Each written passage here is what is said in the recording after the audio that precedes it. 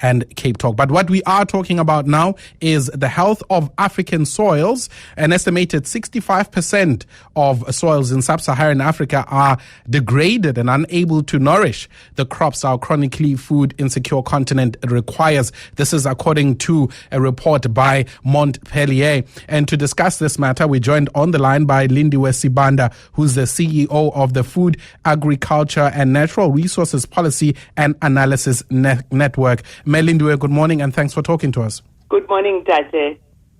Let's just start with the question around Montpellier, the panel itself. I mean, who makes up this panel and how important and credible is the report itself? The Montpellier panel comprises of a group of 15 African and European experts. This is a panel that was established in year 2010. And the expertise of the panel members ranges from agriculture, trade, ecology, and global development. And our main purpose as a panel is to make sure we use research evidence, package recommendations to European governments that support national and regional agriculture and food security investments, particularly in Africa.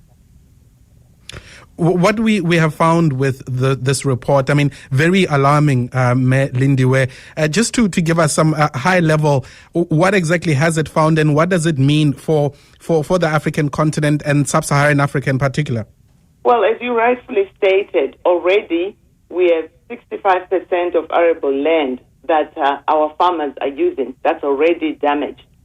And we have almost 1/4 of our population that is relying on this land for their livelihood, particularly our smallholder farmers. Now, we have quantified the loss, the economic loss due to poor soil health, and this is estimated to be about 68 billion United States dollars per year.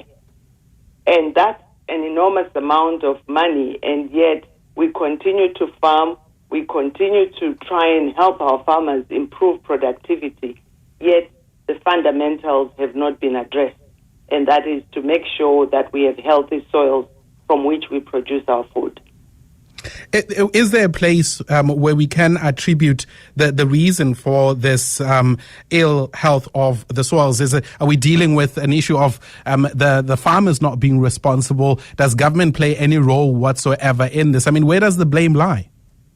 Well, the blame really, it ranges from policies that are not evidence-based, bad governance, lack of knowledge, and poverty.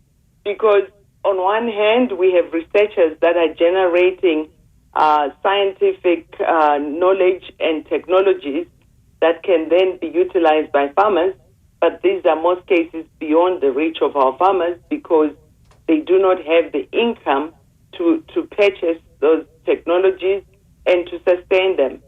Secondly, when you look at our policies, that it takes more than just one farmer to reclaim this soil. We are not collecting the right data when we are relocating or placing farmers on land. We need to know the quality of the soil and invest in reclaiming those soils. And this can range from conservation, restoration, and enhancing the quality of the soil. And that cannot be done by a single farmer or a single community. We need public investments, we need private sector, and we need knowledge, the research community generating those technologies and making sure they're accessible to the farmers. So there are a wide range of interventions that we can embrace them to make sure that we redress this challenge that farmers are facing. The health of soil on the African continent, Lindiwe, is not something that is a normal discussion or topic or something that I would know for that matter as a normal person on the streets. It is something where right now, in looking at the consequences of not taking care of the soil, that is quite alarming. I mean, as mentioned, South Africa is dealing with food security issues, but you would expect that, considering the type of climates that we have on the continent, that the soil that we have is just right. But clearly, the mismanagement of it is why we are in this situation. And how do we even begin to get out of it? as you rightfully say, the issue of soil has been undermined. If you look even within the experts in agriculture who are supposed to start from the basics, the fundamentals being soil that feeds the nation, this is a discipline that has been sidelined, not only in the training, but and also in the mobilization of investment. And that is why the United Nations has rightfully declared year 2015 as the year of soils. This way, we are hoping through the report by the Montpellier panel, we are able to raise the debate, raise the dialogue, and make it an informed debate that will raise the alarm bell, particularly for political support, for sustainable land management, and also for financial investment that will help us redress the challenges. But also we are appealing for good governance in improving transparency for land and soil management and making sure that we generate evidence that is publicly made known, that soil first, and without addressing the soils and making sure that we implement integrated soil management techniques, we will continue to make our smallholder farmers poorer and poorer, but also the large farmers. So we need to make a noise that soil is not just dirt, but soil is the fundamental for food security. If we look at the Millennium Development Goals, Lindiwe, one of them being, eradicating extreme poverty and hunger, one would expect, and also ensuring environmental sustainability, one would expect, especially if we focus on South Africa, where we've got our own MDG targets for 2015, you would expect that the report that comes from, like the Montpellier report, is something that would, I suppose, have government wake up and do something about it, considering our own targets when it comes to MDGs. Now, as you rightfully say, the Millennium Development Goal targets were set for 2015, and 2015 is around the corner. We have not done very well, particularly, as you say, on goal number 1, which is to eradicate, not just to reduce, eradicate poverty. And as I said at the beginning, this issue of soil and soil fertility and integrated soil management is partly exacerbated by poverty. And when we then draw to a close on the targets that we set for 2015, we are transitioning to what we call sustainable development goals. And we hope, as we recollect our mistakes and our challenges and failures in achieving the goals we set for 2015, we are migrating to sustainable development goals, and there is no sustainability without addressing soil fertility. Hopefully, we will raise the agenda of the environment. We'll also raise the agenda of sustainable intensification of agriculture, where you are not just looking at quantity increasing yields at the expense of the soil, but you're looking at sustainable intensification where the fundamentals are right, the soil gets its right nutrients so that it can bring to bear what we intend to take out. So we talk about feeding the fiscus, which is our pocket, the public pocket, feeding the soil, which is the mother of production, and then feeding our families. And really we need to strike a balance in those, and that's what we call sustainable intensification. You mentioned earlier on, Lindiwe, the integrated soil management techniques, which is what the Montpellier report advocates, which speaks of, combining organic approaches with prudent use of necessary inputs. Now, is organic farming part of the solution? Definitely it is, and I like the emphasis on part. If we just go organic without looking at other components like chemical fertilizers that can also contribute, and manures, we need hundreds of years to address or redress the challenge we are in. So to expedite the process, we need an integrated soil management approach which respects the role of livestock manure, the role of organic matter, and the role of chemical fertilizers, so that collectively in an integrated manner they enhance the restoration of our soils and conservation. But all that requires that we invest in science, because it's a location specific matter. We can have soils in one location that are heavily degraded, and just across the road, there is better quality. And unfortunately, we have not invested in strengthening our soil research centers in Africa.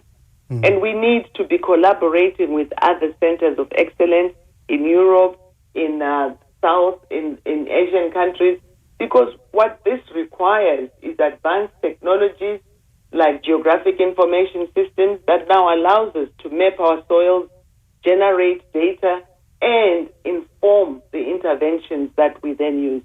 Another technology that we can look at is really water harvesting, erosion control, and our traditional intercropping. I think there's been too much emphasis on monocropping, particularly with cash crops, and yet we've forgotten our legumes, all the good things our grandmothers used to produce on our land. And what this calls for is intercropping that puts our legumes and our cereals side by side. And the benefit of that is that you then can feed your family with a nutrient-dense diet, not just looking at calories, but looking at the quality of nutrients in the food that we produce, but also feeding the soil that produces the food.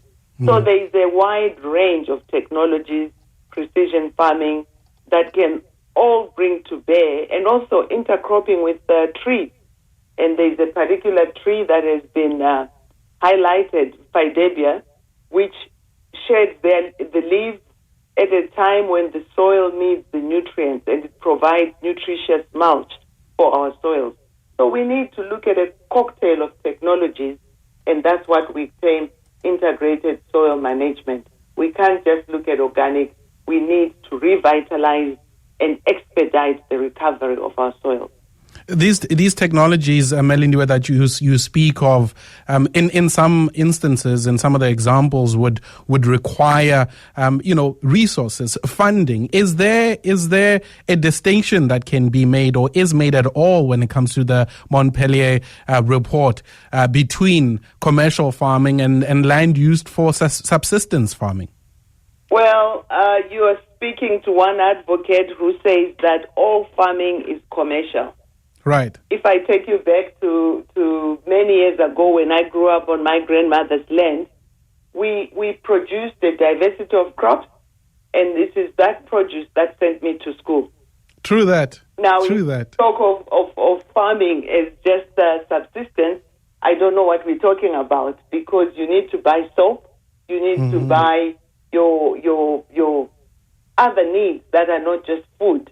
And for farmers, that's where the income comes from. There's also barter trade between farmers. So let's look at farmers with dignity, because they want to feed their families, they want to put more money in their pockets, and they want to be respected citizens that not just feed their families but feed the nation.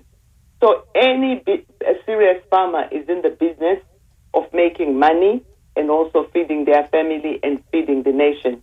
So we need to make sure we redress the challenges they face as a result of the poor soils that they are trying to make a livelihood from. Yeah. Otherwise, making them poorer every day. I appreciate your response on so many levels, because what you're saying, it is true. It is very true. And it reminds me of, I took a trip to I think it was Kenya, some of the farms out in a place called Riuri, where we were looking at, people that you would consider subsistence farmers, and the trade that happens between the farmers. So you're right there about the dignity that needs to be placed on those who are not necessarily what we call commercial farmers, but are commercial farmers in their own right. Yes. Unfortunately, on that one, we've tended to associate small with poverty. And it's a mindset we need to eradicate, because, as you say, you went to Kenya, you saw that. You go to Denmark, you go to Europe, you find farmers are making a living from a small holding, and they are respected as commercial farmers. But when it comes to an African smallholder, the stereotype is that you are poor and you cannot sustain yourself and your family. You need food aid. Actually, we have made them poor by settling these farmers on arable land, on land that is already degraded. So as they try to produce, as they invest, they are already starting from net zero. and we are reducing them beyond the 0 point. So we need to mobilize resources so that they access the technologies, they access timeous information on how to water harvest, because a lot of rainwater just runs and creates gullies in these farms, taking away nutrients that are vital if only they could be retained. Our farmers, the main weapon, Nkosazana Zuma is on record was saying that she wants the hand hoe taken to a museum. She doesn't want to see women breaking their backs and using the hand hoe. They are doing that because they do not have any other technology that they can afford. And yet, when we talk precision farming, we are looking at improved technologies that will not only reduce the labor burden, particularly on women, but will also enhance soil quality, because we'll be able to decide how deep we plow or disc, so that we reduce the amount of carbon that escapes from the soil. And this is what we are advocating for. Minimum tillage, zero net land degradation, and making sure that our soils can retain as much carbon. There's minimum disturbance, and that's what we call conservation farming. Now, all those things become difficult to access if everything you have is your hand hoe and you are using recycled seed and your yield is minimum, if not nothing. So we need to mobilize resources for our farmers to access technologies. And really, this is a public call. Government has to kickstart that, but we need private sector to improve the market and to make sure that we give farmers the right prices for their efforts on the land. We're talking to the CEO of Food, Agriculture and Natural Resources Policy Analysis Network, Lindiwe Sibanda, talking to us from Pretoria. We're discussing the health of African soils. I see a couple of people wanting to ask some questions, so we'll take your calls. Join the conversation 011 883 0702 or 021 446 0567. Summer on 702 and Cape Talk. It is the Ridi Tlabi show. Kogetso Sachani standing in for Ridi Tlabi. We're talking the health of African soils. And Lindiwe, a couple of people wanting to ask a few questions. I hope you don't mind. I'm ready for them. All right. Brawili in Sprayed View. Good morning, Dad. Good morning, Kogetso, and good morning to your distinguished guest there, Lindiwe. Ngizwe nesibongo Sibanda umkhumbuza isibongo sangeZimbabwe ngale. I am from Zimbabwe, sir. You are from Zim originally, ma. Asibonge, ma. Thank you, Mama Lindiwe. I want to say first and foremost, I wonder whether in every home, village, town, corporate, the affluent, the ones sitting on ivory towers and etc., even in the ones in squatter camps, if they are listening to you at this very time and point. If not, I would request the, what do they call it, podcast of this thing to be replayed on the 20th of January when they are all back during the day, and let them listen to it even in the evening. Without taking too much time, what you've just mentioned says, Lindiwe. At home, I started off, they planted a tomato there, they planted a vegetable there, it managed to take me to school and so forth, if I understood you well, because I got your topic already in the middle. Yeah, Baba. I think that's what. Now, I want to move on further and say, Lindiwe, you even answered the question of saying, to you, there's no such thing as commercial farming, peasant farming, and that type of farming. At the end of the day, all these farmers are the same. The only thing they need is an avenue of where to sell their what? Their commodities and so forth. But at the end of the day, besides making money, they are also able to sustain themselves and also to feed their families. Right. Now, the question is this, Lindiwe.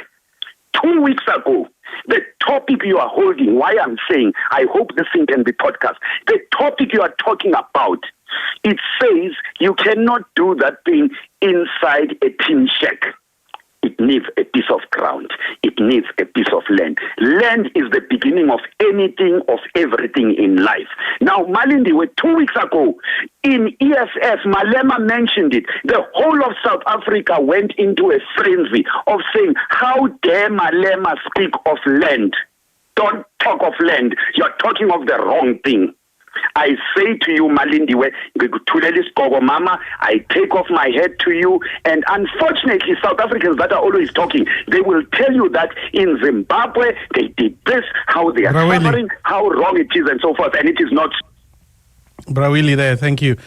We got that question. I suppose, Lindiwe, would you like to respond to Brawili? My understanding is just a recommendation for you to share this with a broader audience. Yeah, but also, we wouldn't want to make it a political discussion at the same time. What do we do moving forward, Lindiwe? Because there is obviously the need for, as you mentioned, both government and the private sector to come into play. But as normal South Africans, what do we do to form part of this movement, if you will? My main message is take it to the people. And by taking it to the people, we want government to know how much we are losing by not reclaiming, conserving, and restoring our soils. We want the farmers to appreciate the economic loss of not embracing integrated soil management. We want our South African research institutions to be supported with more investments so that they can serve the farmer better. But we also want the private sector to share in technologies that are location specific and that there is data that is collected so that right from the onset, when a farmer is going into production, they know where they are starting from. Unfortunately, we cry for land, and at times we are crying for empty calories. We are crying for degraded land because nobody has invested in measuring the fertility of the land that we then inherit, and then it makes us poor. So my main message is let us address the fundamentals.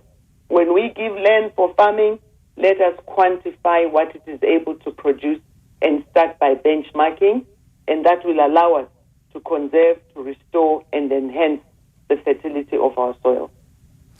Before I let you go, we have to ask this, Lindiwe, because while there are various factors as to why we've got challenges when it comes to good quality land and soil to be able to farm, there's also the impact that climate change has on the African continent. What role does climate change play, particularly when it comes to land management? The biggest challenge that we are all facing globally now is, as you rightfully say, the issue of climate change. Already there are predictions that for South Africa, our yield for our cereals, our maize, will decline as much as 20%, if not more, by year 2050. This is as a result of higher temperatures and variability in the rainfall that we produce, that we get. Now, unfortunately, when we talk of our smallholder farmers, they are the most vulnerable because they have not invested in irrigation. They have not invested in seeds that are climate smart, that will adapt to the higher temperatures.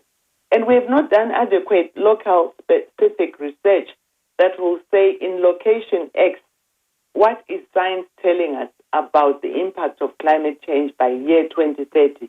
And what type of farmer do we need? What type of technology? So all these interventions I've talked about, precision agriculture, conservation farming, planting of trees and leguminous crops, are important interventions that will make our farmers climate smart. But they cannot do it if they're already starting from a disadvantaged position. You cannot improve when you are starting from land where we're talking of 65% of the land that's already damaged. Let's redress the damage by introducing integrated soil management so that when we are preparing for 2030, where our situation will be worse off, we are starting from ground zero, going positive. Currently, we're starting from below zero and getting worse off. So climate change is real, it is happening, and unless we go climate smart agriculture, we will have poverty we have not seen in Africa, because 80% of our people rely on agriculture. Lindiwe, Sibanda, thank you very much for making time to speak to us. Thank you, Ndade.